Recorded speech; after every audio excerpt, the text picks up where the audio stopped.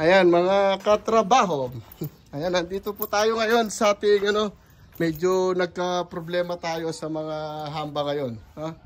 Ayan, tama lang yan kahit na dahil baguhan pa lang siya, okay lang yun kahit na nakasira siya. Hindi siya matututo kung hindi ka makakasira sa trabaho.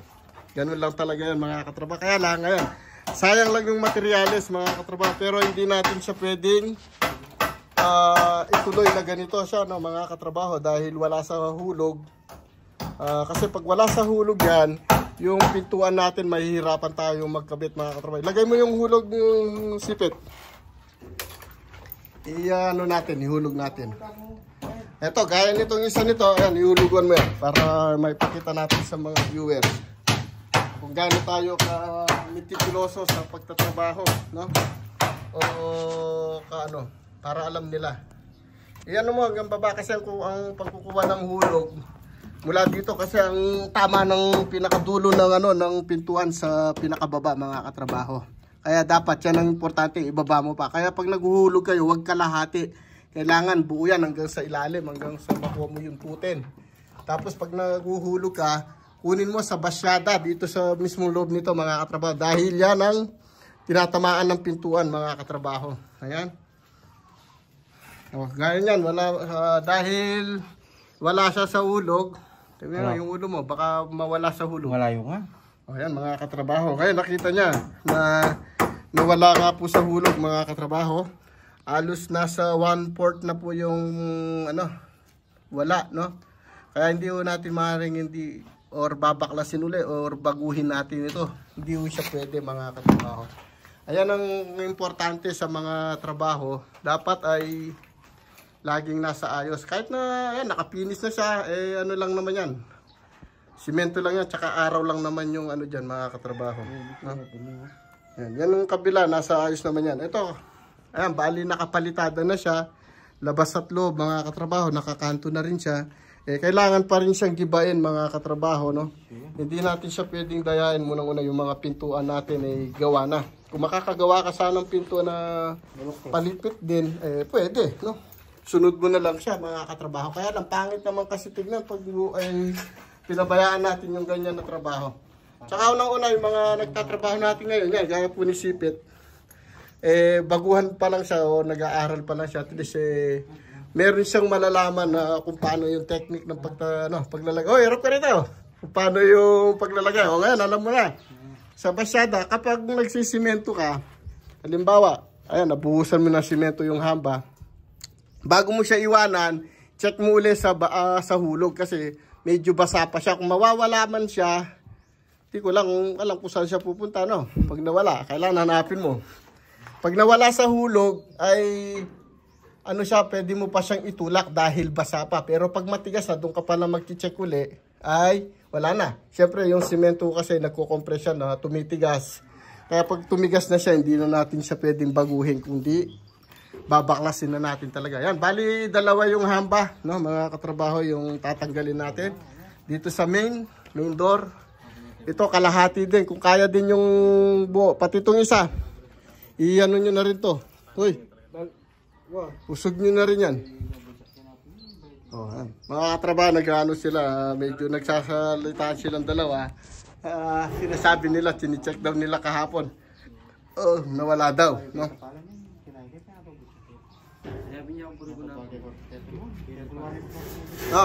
Tapos ang gawin mo, Ron, pag maglagay ka, dalawa dito para panigurado. Dalawa dito sa lagyan mo dito sa loob. Tapos ipitin mo siya ng rito, paring. Ganunin mo siya para hindi siya gumagalaw. Ayan, lagyan mo sa loob. Back to back. Tapos yung mga pinagamitan natin, itago mo, no? So, yun ang gagamitin natin uli. Ayan mga katrabaho, ito bali magbabaklas din pa tayo ng isang hamba dito sa pinaka last na to, main. No, itong isang hamba na yan ay kailangan din siyang baklasin din natin, baguhin natin yung hamba kasi nasa na siya. Mahigit na 1/4 na siya mga katrabaho. Yung nawala sa hulog. Kasi kanina pa lang pagtingin ko dito sa may side medyo siya, wala sa talaga sa hulog mga katrabaho.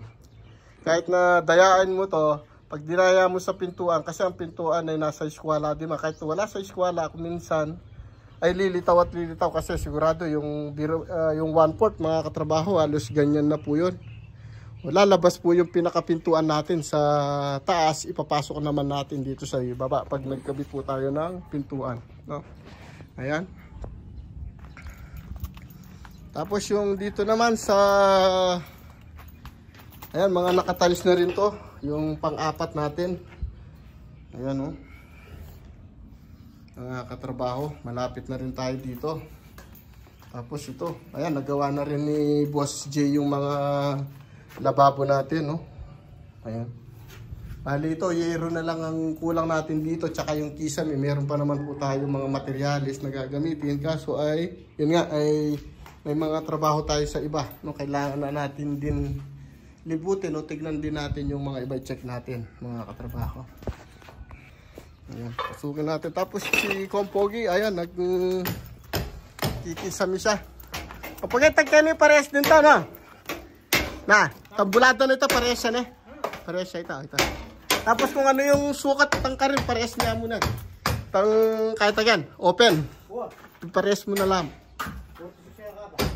Ito kasi bali pyrol to ngayon ito dahil wala din sa eskwela itong pinakabakod na to mga katrabaho. Ang gagawin natin, magre-repair ay magsisinsil tayo ng konti rito, ipalilitawin natin yung pinakamortal ng hollow blocks para makuha rin natin yung eskwela dito sa CR mga katrabaho. Para medyo maganda-gandang tignan, no? Ayan. Ngayon si Boss Sipit ay magtatanggal ng halo. Dahan-dahan lang, ha. Baka pumalipit. Anong sasagot mo? Siya pong bangos pag nakasira, may sinasagot sa akin yun eh. Sorry, sorry, Sa susunod, gagalingan ko na. Ayan, sa susunod daw, gagalingin na daw ni Ron. Kahit ako, nung ako yung baguhan, ganun din eh. Nung unang nagkakabit ako, kaya lang pag baguhan ka lang, lagi ka nag-check. Lagi mo tinitignan sa hulog, kung wala o nasa sumobra yung hulog. Wala naman masama yung ganyan, talagang ganyan sa trabaho. Kailangan natin i-repair natin. Kasi pag tinuloy natin yan, hindi, unang-una, lagi mo siya naiisip na meron ako pala nagawa doon na mali pala, pero tinuloy ko pa rin. At least natututo lang tayo sa trabaho. Okay lang yan, ha? Huwag kang magagalit, ha? Hindi ako magagalit. So, ilang supot ba yung simento dyan? Marami pa. Hindi, yung naubos mo dyan. Wala. Sobra-sobra lang to. Sobra-sobra lang. Ayun pala, sobra-sobra lang pala. Ayun, pero simento pa rin, no?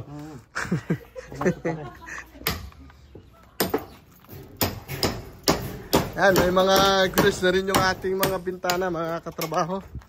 Ayan, i-check natin ang isa-isa. Ito, naka-tiles na rin to. Yung dito natin, yung sa pangalawa. Okay na rin yung tiles nito, mga katrabaho. Pati yung dito. Ayan. Oh. Ayan, kompleto na rin pala to. No? Ayan, malinis na rin yung ating ano. Ang laki po na, ang sukat po ng mga kwarto na yan ay nasa nasa 30 square meter siya. Yan, meron siyang isang CR. Tapos meron siyang laundry. Yan, dito. Mga katrabaho, tapos meron tayong ginawang parang exhaust na siya mga katrabaho. Para dito rin yung labasan ng pag nagluluto sila, yung pinakainit mga katrabaho, no? Ayan. Lahat po niyan para-parehas ang sukat. Ang medyo lumaki lang po yung pinakauna doon, yung sa huling ginagawa nila mga katrabaho, no? Tapos itong pangalawa ay ito, okay na rin to mga katrabaho. Ayan. Ayos na rin to. Ito pala, wala pa palang tiles yun. Hindi pala nalagyan.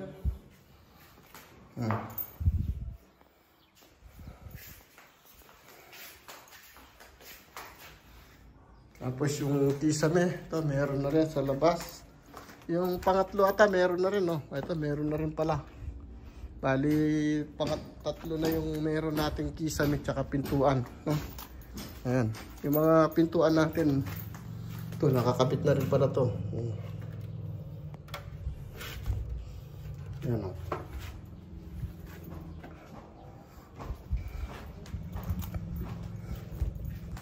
Ayan, meron na rin palang ano to, pinaka-lock. Mga katrabaho, ayan, nakikabit pala ni Boss J.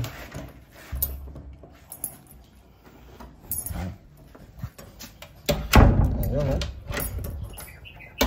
Oh, no. Ang ganda ng lapat ng pinto natin, oh. Ayan, oh. Oh. Tapos dito, tingin po tayo rito. Ayan, ito, ano lang pala to, nakaporma muna, hindi na pala natapos ni Boss G yung ating pintuan. Tapos yung mga materialis natin, ayan, nandito na lahat yung materialis. Ayan, oh. Para pag nakatapos tayo. Tapos ito, meron din siyang CR. Ayan, parehas lang po yung mga design nila, mga katrabaho.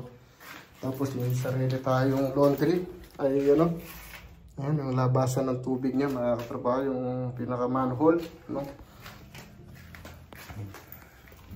Ayan, yung pintuan natin, nakakabit. Bali, dalawa na lang yung pinto na hindi pa nakakabit. May mga materialis na po tayo, ano?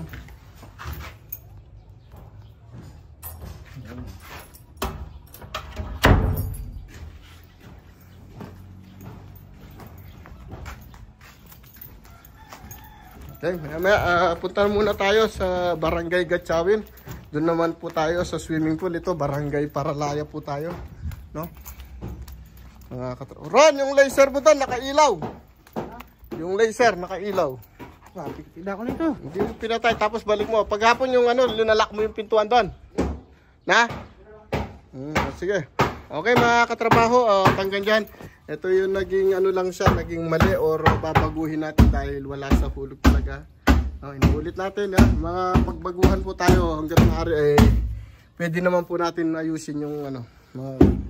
Yan lang po tayo natututo, mga katrabaho, pa sa ganyang ano, na maling na kuminsan namamali po tayo sa trabaho. Okay, mga katrabaho, at paalis na po tayo. Papunta muna tayo ng... Ayan, hanggang dito po yung ating naging vlog dito sa Barangay Paralaya, no? Ayan, ito yung ating water pump na pinanggaano natin. Sisip-sip pa tayo ng tubig kaysa magiging pa tayo, no? Na matagal, mga katrabaho. Ayan, okay, punta muna tayo ng Barangay Gatchawin. Okay, maraming salamat muli sa inyo at magandang tanghali po sa inyong mga katrabaho.